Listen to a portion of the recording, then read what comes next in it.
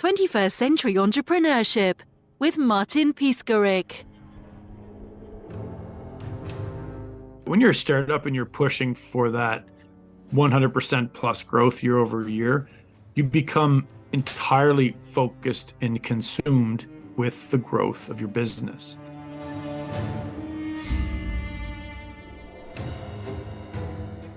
This is really why I think a lot of startups are starting to invest in security, because what was happening historically was startups were just doing everything that they could to grow. And that means product innovation, delivering on time with product features that you're promising customers and prospects, and then go to market, go to market, go to market.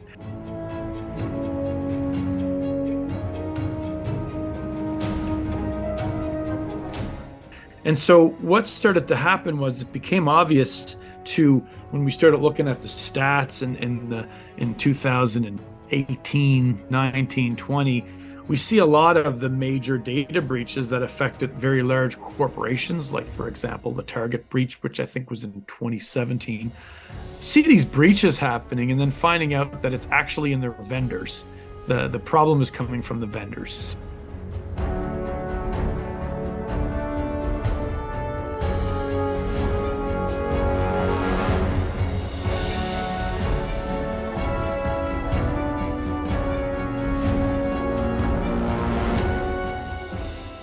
What happens is these large corporations, their vendors can be a very strong area or trajectory for a malicious entity or a hacker, nefarious hacker, to go in and gather data. And I saw it in my last business. We worked in the music festival space.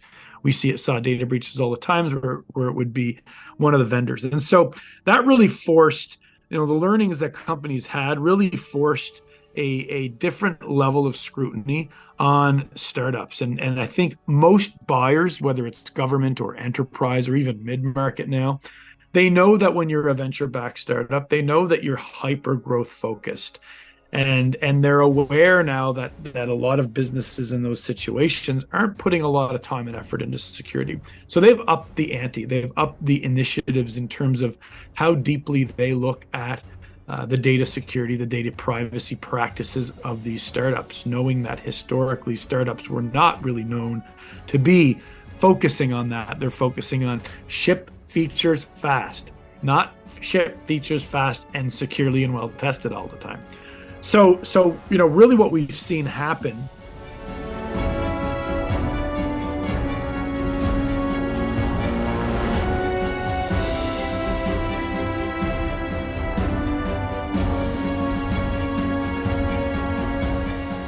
So we go back, we look, 2020, right from the beginning of SaaS startups up until a couple of years ago, most SaaS companies were always doing the minimal viable that they could get by with. In some cases, almost nothing. And then what happened is we saw this demand for external third-party audits, for annual penetration testing, for other security things. We saw this evolution of security questionnaires where enterprise organizations would ask very, very pointed questions towards the security practices. And now looking at what I saw happen in 2022 and now more so in 2023, it's actually going into the contract degree level now. So we're seeing, if you could be a 10-person startup, a 5-person startup, a 100-person startup. It doesn't really matter how big you are. And I hear sometimes young companies go, "Oh, we're only a 5-person startup. Like, this seems like overkill." It's like, well, from the perspective of an enterprise using your platform, they don't care. It's not about how many people. It's about what risks you introduce to that business. And so the size of your business is not a gauge of how much your customers are going to expect you to invest in security. It comes down to the risk that you expose that customer to. That could be a risk of confidentiality, so a data breach of confidential data. It can be an integrity. So if they're relying on your systems or your technology or your services and accuracy is highly important, then that could be a risk. If it's availability, like if you're a ticketing provider or a gate company that does RFID access to a festival or event, if you shut down when the gates open, that might only be an hour, but that hour could be detrimental to the customer experience. And then the new one, data privacy. So we're seeing data privacy regulations. I think Europe was probably one of the more loud GDPR coming out being punishable as of 2018, that really set the stage. And now we're seeing data privacy regulations popping up, or becoming more complex all around the world, country to country, and even in some cases like the US and Canada, and state by province. So what we see in the contracts now that you have your data privacy lawyer, or you have your general counsel involved in thinking about security, not only you're getting asked a security questionnaire, being mandated to do a SOC 2 or an ISO or some sort of third-party audit, but also you're being required to sign a document where you're committing that your organization is in fact doing all of the following things. And that could be a page or 8 or 9 or 10 pages of very specific practices around things like data encryption, data residency, awareness training, onboarding, things like that, right? So the real force that has come upon the software world, the startup world, is that right now, if you're a software company, you can't sell to government, you can't sell to enterprise, you probably can't even sell to mid-market unless you have a strong security program. Certainly if your business is storing or processing any large amount of data.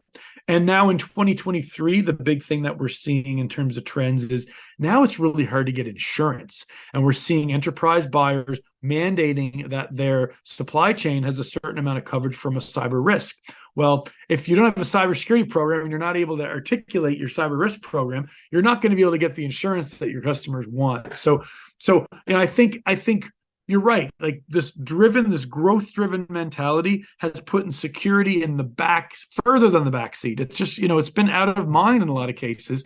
But what I'm seeing is the buyer of the SaaS product has increased their sophistication, and they've raised the bar of expectation. And that's what's really forcing and creating this increase in spend from startup founders, earlier stage companies investing in information security and data privacy. Regarding vendor data privacy, the GDPR topic, contract levels, and the current market landscape for your company and similar ones, of course. How are you managing your growth? If I understand correctly, the opportunities now are big. How are you capitalizing on them? What project management methods do you employ? And can you share your learning journey? Yeah, so I mean, it's a great question, because effectively, the problem we solve is information security, data privacy for SMBs. But we are a venture-backed, high-growth SaaS company. We're an SMB, and we're trending on average of over 100% year-over-year growth, and we're on track to do that again this year. That's the world we live in. We are what we sell to, and I mean, you have to be very deliberate about it, because even as a cybersecurity company, I think, out of the gate, you get the benefit of, you have a lot of cybersecurity professionals on your team. And so the practices are pretty indoctrinated in. We do we do strong onboarding. We prioritize security risks in our processes. In other words, when we're drafting out, we're scoping out a new feature, we have a section in the scoping process where we look at risks. And those risks include risks to data privacy. They include data security risks. So if we're adding a new feature and that feature increases our exposure, or means that we're going to process or store more data, or data that's at a higher degree of confidentiality, then we look at that and we ask the tough questions. Do we need to store all this data? Are there other ways? Can we obfuscate the data?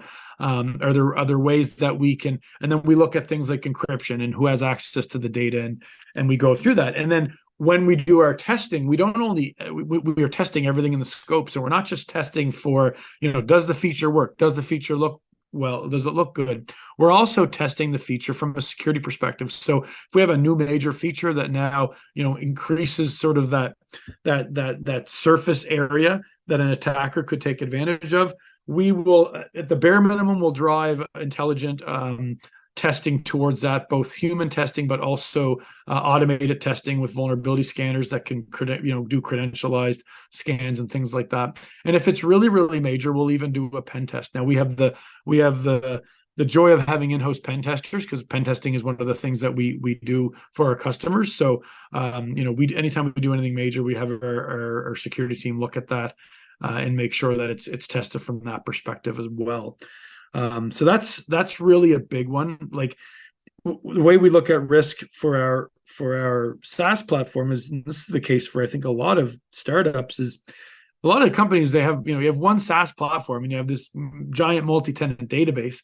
If you don't have the right security controls around that application, around that database, around that hosted environment, it could be one person gets it all kind of scenario, right? So, and that goes for errors, that goes for availability, that goes for the confidentiality element. So it's very important to look at the product and make sure the product is very secure. And then it's your people. Do you have policies? Do your people read them? Do they understand them? Are the policies the right policies for your organization? Do you do awareness training? Do you do it regularly? Things like that. And then just really, really locking down access control. I think one of the challenges that startups have is they generally start off, everyone's wearing multiple hats. And so everybody needs to have access to everything. And that can make sense when you're 3 or 4 people and you are effectively kind of doing a bit of everything. But as you start to grow your business, you really need to think about role-based access controls, right? It doesn't make sense. Like, salespeople don't need to be able to go in and access all the data in one of the customer accounts. Like, that's not necessary. They may, you find ways to dashboard key critical KPIs and usage data, or whatever is appropriate for your business. We call it in security the concept of least privilege, and it's really just looking at who absolutely needs to have access to what. And the more you can limit that access, and the more you can track and monitor and log that access, that's going to protect the business from, if one of the individuals, your employees, are hacked, or inside malicious actors.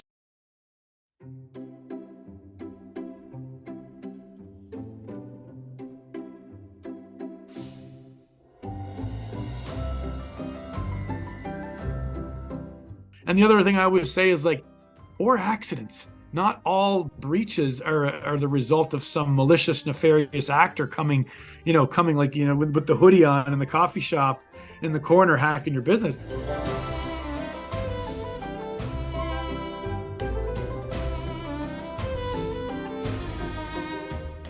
I've seen a lot of data breaches where somebody has shipped code in a company, and it's late in the day Friday after a long week, and they cut a few corners on the testing because they wanted to hit the deadline because the growth engine needs the product. And all of a sudden now you're getting reports of people being able to access data that they shouldn't have. Like, why do I see all these records? They're not part of our account. Well, that's a data breach.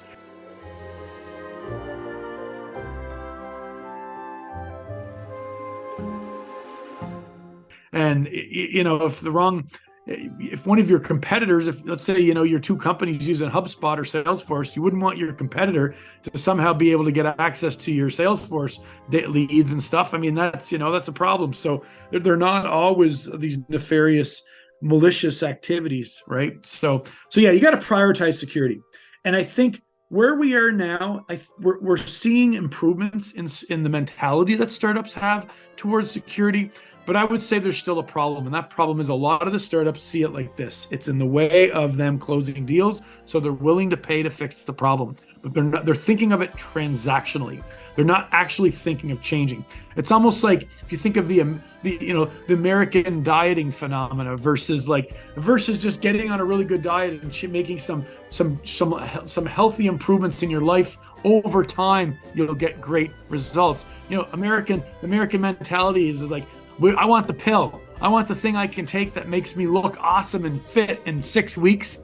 And I don't really want to make major changes to how I think about things. And it doesn't work. It doesn't work in dieting, and it doesn't work in cybersecurity. Cybersecurity is a practice. You can't just fix your cybersecurity program and then return back to the status quo that you were following before. It'll deteriorate. That posture will deteriorate quickly, and you'll be right back in the same place that you were before you put the Band-Aid on it. So that's the challenge. I still see a lot of companies really just think about it like, I'm just going to get my SOC 2 so we can keep selling, and they're not really taking the whole thing seriously. And it's getting to the point now where we're seeing regulations popping up where I think we're going to start seeing people get charged for signing these contracts. It's already happening in larger businesses.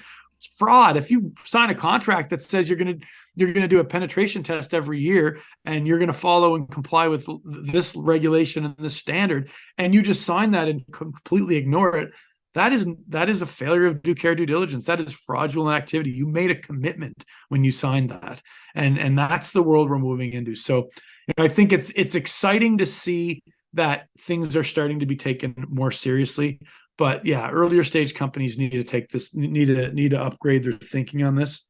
This is not like, you don't just go eat kale, drink a kale smoothie every day and hit the gym every day for 6 weeks kind of thing, and then you're good. You go back to eating pizza and drinking beer. You really do have to you really have to look at your business differently, and you have to incorporate security and privacy into your business. In the space, we refer to it as security and privacy by design and by default.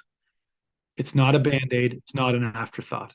You are talking about your people. So, for example, your security team, not only your people, but on the level of entrepreneurs.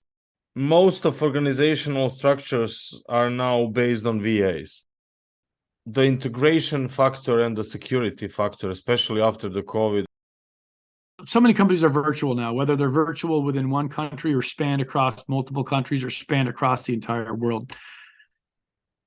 My perspective, and there's a lot of things that most of the information security world will agree on, and then there's a whole bucket of things that we all agree to disagree or we argue on.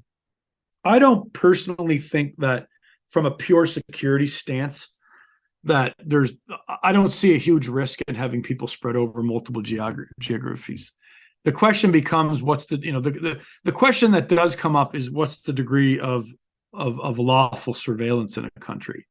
And so that is a consideration. This becomes a much bigger topic, in my opinion, when you move over and start talking about data privacy, because depending on the privacy regulation, you can start getting into data residency conversations. And so like GDPR is a great example. There are data, it's a great example of a data privacy regulation in which data residency is a component. And not all jurisdictions around the world are created equally in the eyes of these regulations. So, having an employee in Canada accessing the data of a European citizen is going to be different than having a person in the US even. There's even some differences there. Certainly when you get into other countries, that there's, I'm not going to get into naming the list of countries, but there are countries where data privacy is a very different topic, and they don't stand up to that. So, certainly something you have to consider, particularly on the legalities with data privacy and who has access to what. Because even if the data is hosted in, let's say the data is hosted in Europe, but if people are working with the data from Canada and from the US and from Russia and from China and from Morocco, and your people are going up and they're accessing it, and maybe some of that is ending up on their machine, or things can get really complicated there.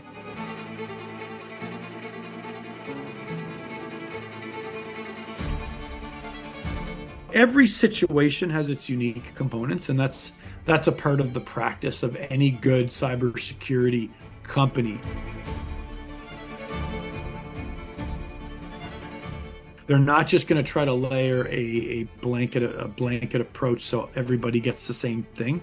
It really starts with identifying what those risks are.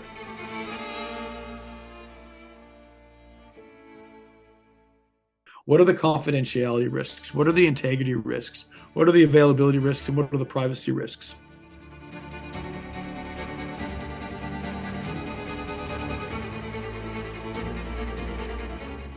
And then looking at what you're doing, what you're trying to achieve. Do you need getting back down to that, who needs access to what, and really coming up with the right controls and the right program.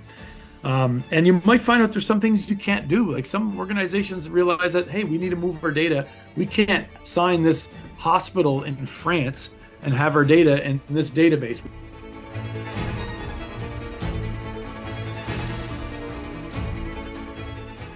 We need to move this to a different database. We can't have all of our team access this data. We have to think about how we're going to treat this data set, right?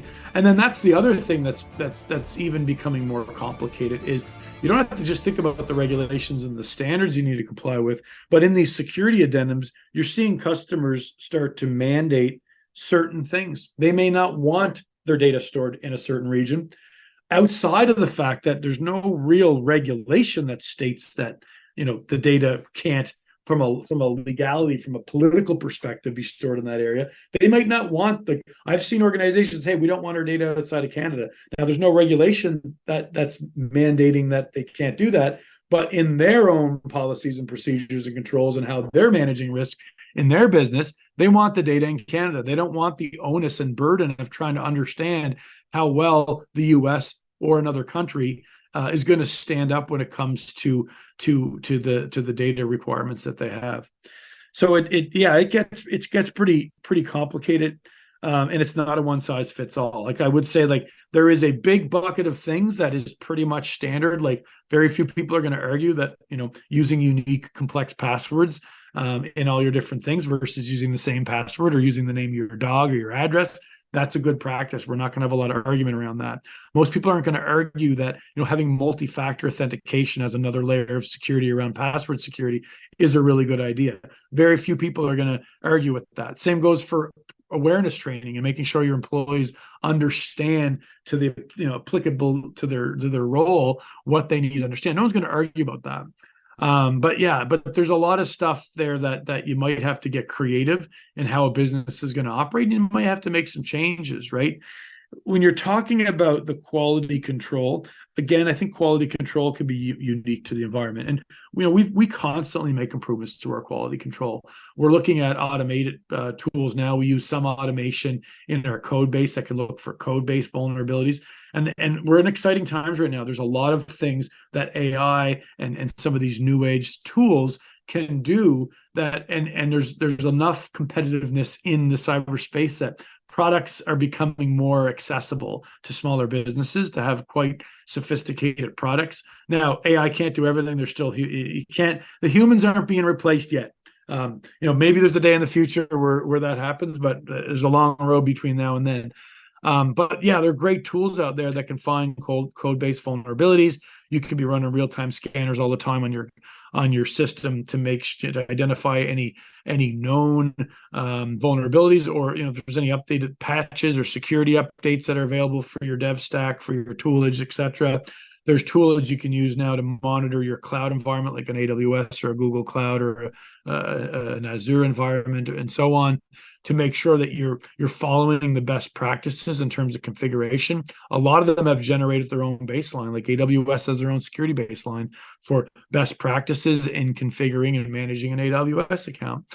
CIS, Center for Internet Security, makes baselines for a lot of the popular cloud providers. There's a lot of stuff out there that is highly recommended, irrelevant to in my opinion, irrelevant to which business, like password managers and things like that. But yeah, you do have to look at the business itself. The challenge with security is is meant to keep the business secure, but also allow the business to thrive. And one of the challenges, and you see this sometimes in mid-market businesses, where you have security folks come in that are really strong on the security front, but aren't really necessarily that strong on the other business elements. And you see like these overbearing security controls that that are slowing people down. I had somebody the other day, they couldn't click on my Calendly link, right? Their firewall wouldn't let them book a meeting with me. And it's like, well, there's probably some adjustments, probably some improvements you need, because your staff need to be able to integrate with the outside world. And this becomes more and more a challenge. Like the olden days of just locking down your perimeter, all the computers are in one building and you've got your firewalls and you could really lock down this perimeter. The perimeter is very virtual now, right? Like, a common SaaS company might be using up to 30 different SaaS tools themselves. Each one of those is looked after by another third party, another small to medium-sized business. Each of those is a cloud environment. And a lot of times you're integrating a lot of the data from these various tools, to generate KPIs and do all kinds of stuff like that. So, and then as you said earlier, adding this concept of virtual remote workers and assistants, spread across the globe, it's getting a lot more complicated. I remember the good old days, like in 2008, you and a couple of your buddies get together with a startup idea, go in your mom's garage, and it's like, break things, like fail fast, move quick, break stuff. Like, and I think like the irony in it all is like the enterprise organizations leveraged and acquired so many SaaS platforms because their convoluted process-oriented environments did not spawn that same type of creativity and innovation that the startups have. But now with the new challenges, like, okay, now we have these startups that are 15, 20 people that have to comply with 7 or 8 data privacy regulations and maybe 1 or 2 or even 3 security standards. How do they still maintain that fast velocity and that creativeness in building, changing the way people do things? But they're getting all this, red tape kind of stuff down their throat, from their buyers, right? So that's kind of the space that I find myself in. It's like, well, if we can indoctrinate into organizations security by design and by default, trust me, it won't be as painful as going about your life for 5-6 years of putting on 10-15 pounds every year, getting more and more out of shape, and then realizing, oh shit, I need to fix all this. But if you're thinking about it mindfully and you build better practices in your business, you don't have that challenge, right? It can become natural where your default state is pretty damn secure.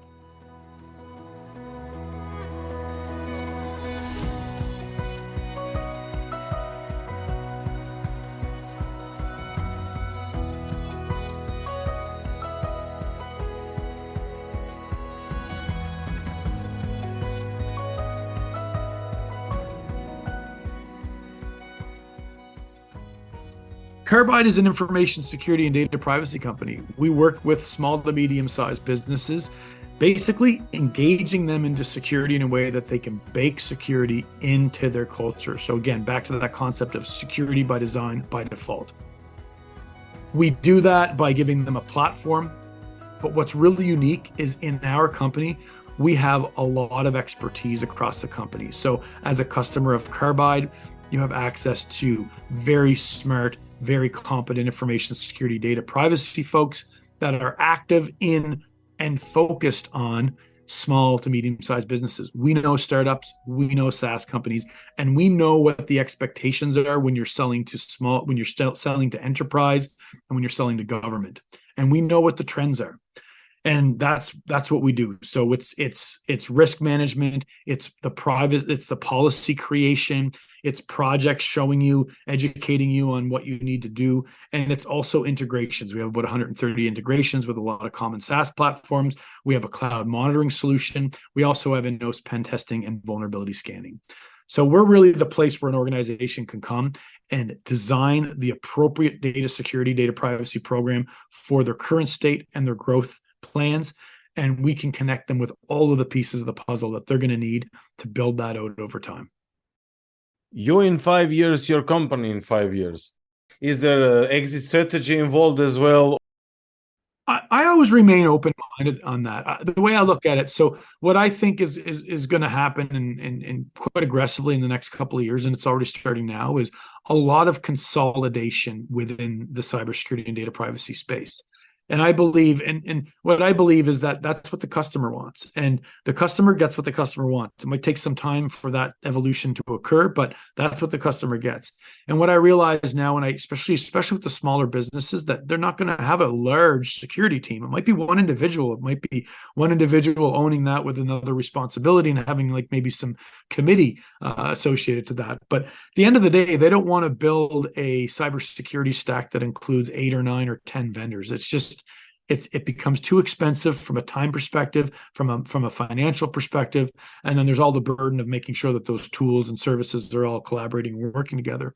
So that's what I see happening. So it's really going to come down to how things go in our trajectory. Either we will be leading our own roll up, in which case we'll be adding new functionality, acquiring new functionality to become one of those players that can really be the security one-stop shop. And we've already made some inroads in that with our features, with partnerships and whatnot. Or, the right partner might come along and it may make sense, to join forces in some other merger.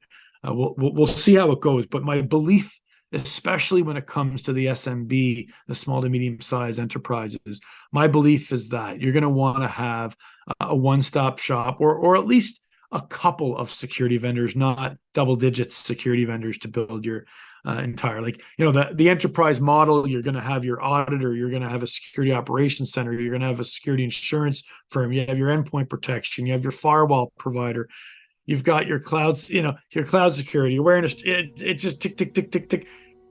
That's a lot to manage, and certainly, certainly what we're seeing out there is a big opportunity for consolidation to really bring up that level of service and bring the pricing so you can get the efficiencies of scale for the SMBs. If you want to learn more about what we do at Carbide, just simply go to carbidesecure.com.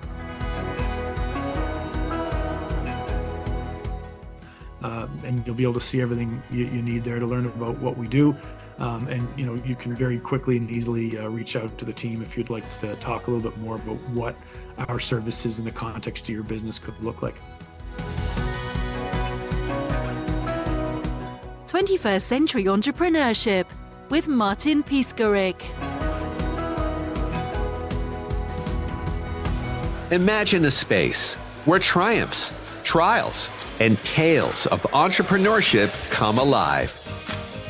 Welcome to the 21st Century Entrepreneurship Podcast, a gold awarded journey hosted by Martin Piskarik, connecting with listeners in 95 countries and ranking in the top 0.5% of all podcasts.